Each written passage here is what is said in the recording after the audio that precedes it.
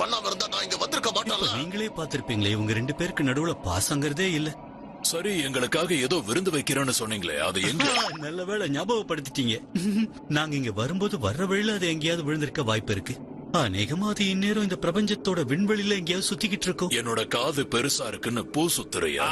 ஆமாமா, நம்ம விஷயம் எப்பவுமே இப்படிதான். காது கொஞ்சம் பெருசா இருந்தா உடனே சுத்திடுவாரு. சொந்தமானவரு பிரபஞ்சத்துக்கு ஒருத்தர் இருக்கானா? உங்கள யார் பலசாலி, நீங்களா பீரஸா? இங்க பாருங்க மனிதர்களை, இந்த மாதிரி விஷயங்களை வெளிப்படையா கேட்க கூடாது. அவங்க உடம்ப பார்த்தாலே உங்களுக்கு பதில் தெரியுமே. ஏய், என்னைய வச்சு ஒன்னும் காமெடி கிமெடி பண்ணல. அப்புறமா பாத்துக்கலாம்.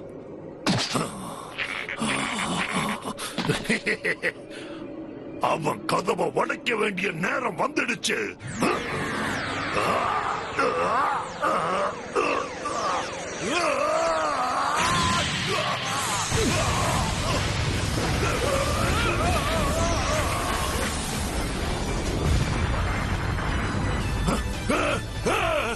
என்ன நடக்குது இங்க? நீங்க எங்கதான் இருக்கீங்கன்னு எனக்கு தெரியும். கோகு, அதோட அது வேற பிரபஞ்சத்துல இருக்குன்னு வேற சொல்றீங்க. அப்பனா இந்த பூமியை சேர்ந்த டிராகன் பால்ஸ்க்கும் ஒரு சில லிமிடேஷன்ஸ்லாம் இருக்குன்னு புரியுது. இது கேட்க மனசு கஷ்டமா இருக்குல்ல? அப்போ அது கண்டுபிடிக்கிறது அவ்வளவு ஈஸியான விஷயம் கிடையாதா? சரி, நான் அந்த ரேடாரை ரெடி பண்ண பாக்குறேன். சயின்ஸால டிராகனை தோக்கடிக்க முடியுமான்னு பாக்குறேன். நீ எதுக்கும் உதவாத ஒரு பள்ளி தானே. வெஜிட்டா, நான் உங்ககிட்ட கொஞ்சம் உண்மையை பேசட்டுமா? என்ன பேச போறீங்க? உன்கிட்ட என்னதான் வாரியருக்கான அசாத்தியமான தனித்திறமை இருந்தாலும் நீ கோகுவை விட ஒரு அடி பின்தங்கிதான் இருக்க. அழகா அசிங்கப்படுத்தினதுக்கு நன்றி.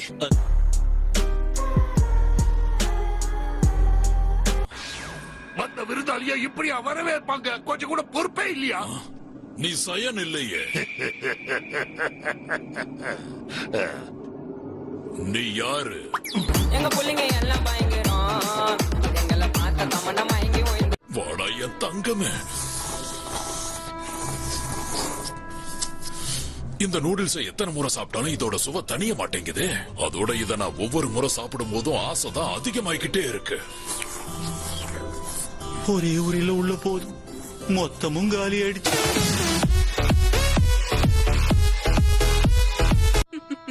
நாம இந்த பூமியில இருக்க டிராகன் பால்ஸ தேடி கண்டுபிடிச்சு ஷென்ரான கூப்பிட்டு அது எங்க இருக்குன்னு கேட்டுருவோம் அவர்கிட்ட. இது கூட நல்ல யோசனை. அற்புதமான யோசனை.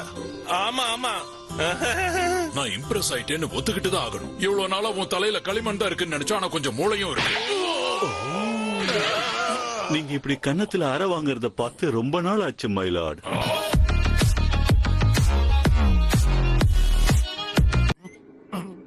முகத்தை தொடச்சுக்கோங்க. யாரு நான் கேட்டேன்? இப்ப தெரியுதா நான் யாருன்னு? நான் தான் சாம்பா. இப்பதான் தெரியுது.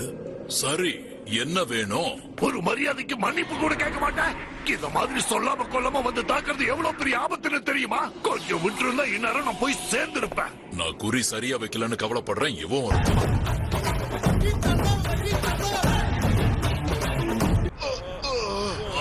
என்னது அது? அடடா, என்ன கொடுமை இது! இப்படி சொல்லாம வரதே இவங்க பழப்பா போச்சு. அப்படின்னா அந்த வெடிப்பந்துல யாராவது இருக்காங்களா?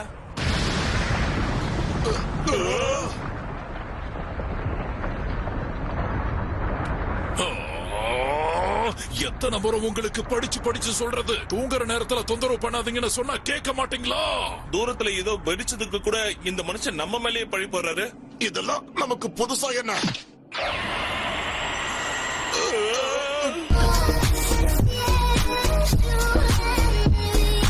நல்ல பலசாலியா கேக்குறல சொல்லுங்க. ஆமா, உண்மைதான். அவன் பயங்கர சக்தி படைச்சவன். அப்படியே சொல்லிக்கிட்டே இருங்க. அவன் பார்க்க எப்படி இருப்பான்? அவனு பூமி சேர்ந்தவனா இல்ல வேற கிரகத்தை சேர்ந்தவனா? அவன் ஒண்ணு கடவுள் இல்லையே. ஏன் அமைதியா இருக்கீங்க? சொல்லுங்க. காது கிட்ட வந்து கத்தாம. ஒரு விஷயத்தை தெளிவா சொல்லிடுறேன்.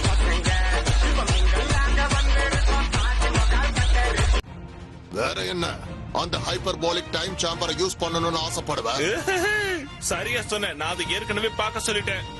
ஆமா உண்மைதான். நாளைக்குள்ள அவன் வேலையை முடிச்சிடுவான். எப்படி இருக்கு பிக்காலோ, எங்க கூட வரீங்களா? வம்ப விலை கொடுத்து வாங்கணுமா என்ன? உன் கூட வந்தாலே அது கண்டிப்பா பிரச்சனையில தான் முடியும். இதுக்கு பேசாம நான் பாழும் கிடத்துல போய் விழலாம், புரியுதா?